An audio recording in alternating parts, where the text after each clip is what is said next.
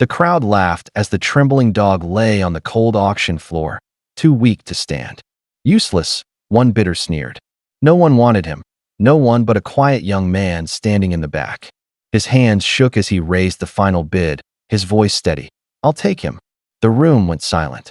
People whispered, why would anyone pay for a broken animal?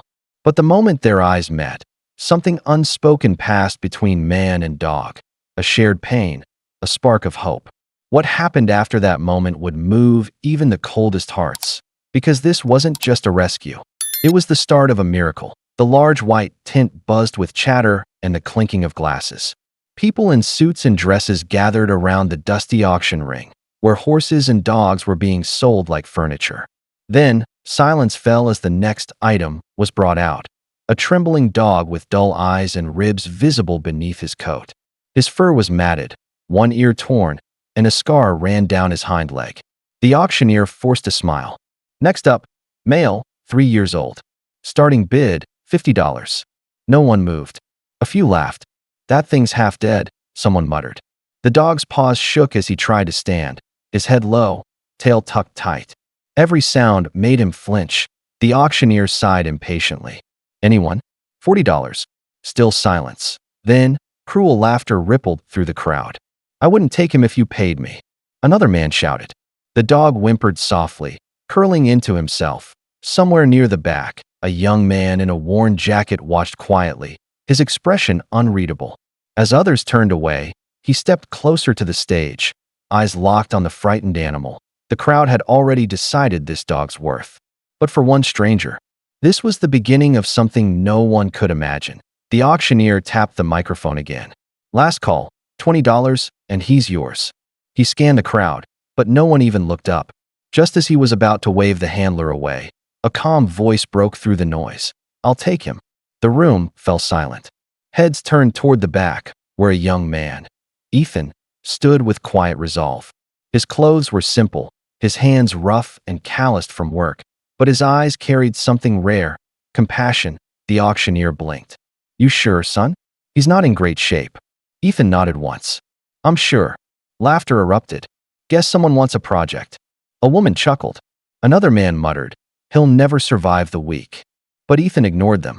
He walked to the stage, his boots crunching against the dirt floor. The dog lifted his head weakly, eyes full of fear. When Ethan knelt beside him, the dog let out a soft whine, not of pain, but recognition. Their eyes met, and for a moment, the noise of the crowd disappeared. Ethan whispered, It's all right, boy. No one's going to hurt you again. He extended his hand slowly. The dog hesitated, then, with trembling trust, rested his muzzle against Ethan's palm. The crowd looked on, silent now, as man and dog walked out together. The auctioneer simply whispered, I've never seen anything like that. Ethan's old pickup rattled down the quiet dirt road leading to his cabin on the outskirts of town. The dog sat curled in the passenger seat, too weak to lift his head. The scars on his body told stories no one had ever cared to hear. You'll be safe here, Ethan said softly, though he wasn't sure the dog believed him. When they arrived, Ethan carried him inside and laid him near the fire. The dog flinched at the crackling sound, a reflex born from fear. He wouldn't eat, wouldn't move, and when Ethan tried to approach, he pressed himself into the corner like a ghost afraid to exist. But Ethan didn't give up. Each day, he sat quietly beside him, reading out loud, talking about his work, his late father, his dreams, anything to let the dog hear the calm in his voice. Slowly, something began to change. On the fourth night, Ethan woke to a soft sound. The dog had moved closer to the fire, his head resting on his paws. By the end of the week, he took food gently from Ethan's hand. Ethan smiled for the first time in days. That's it, buddy, he whispered. One step at a time. He named him Duke. Neither of them knew it yet, but this broken dog was about to rewrite both their destinies. Winter crept over the valley, and Duke was finally strong enough to follow Ethan on his morning walks. Though he still limped slightly, his eyes were brighter now, alive with something Ethan hadn't seen before, purpose. One frosty morning, as Duke played near the shed, Ethan noticed something glinting beneath his collar. He knelt down and carefully brushed away the dirt-encrusted metal tag. The letters were almost worn off, but two words remained clear. K-9 unit. Duke. Ethan froze.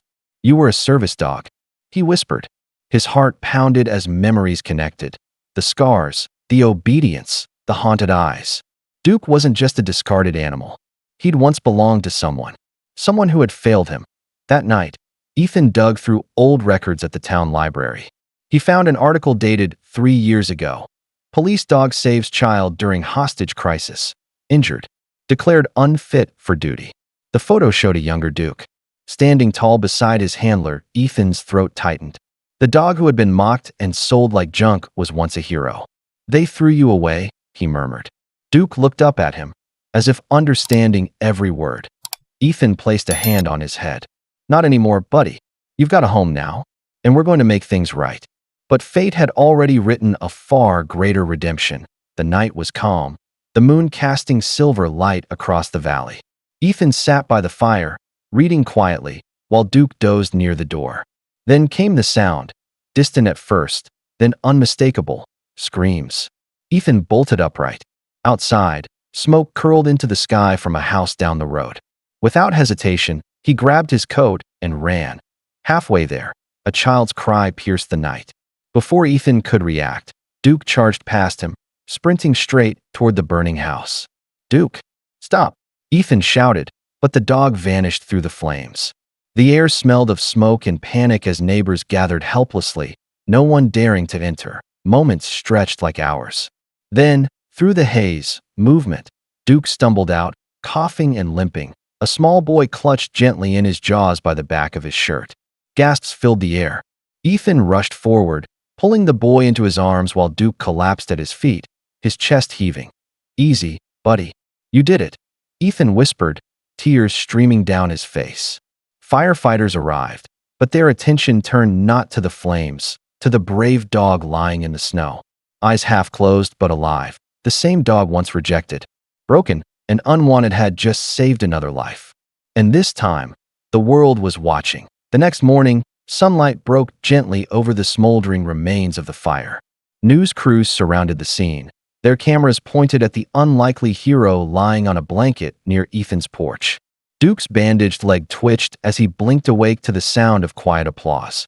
The town that once mocked him now stood in awe. Reporters called him the miracle dog. Children left flowers at the gate. Ethan sat beside him, running a hand through his fur. You showed them who you really are, he whispered. Duke licked his hand weakly, tail thumping once. A week later, the mayor held a small ceremony in the town square. Ethan stood with Duke at his side as the crowd fell silent. This dog reminded us all, the mayor began, that true worth isn't decided by appearances, but by heart. A medal was placed gently around Duke's neck. Tears filled Ethan's eyes as the crowd erupted in applause. He knelt beside Duke and whispered, "They finally see you now, buddy. Just like I did that day." That night, back home, Duke rested his head on Ethan's lap as snow fell softly outside. The fire crackled, warm and steady. Once, the world rejected him. Now, it celebrated him, the broken dog who taught everyone what real loyalty means.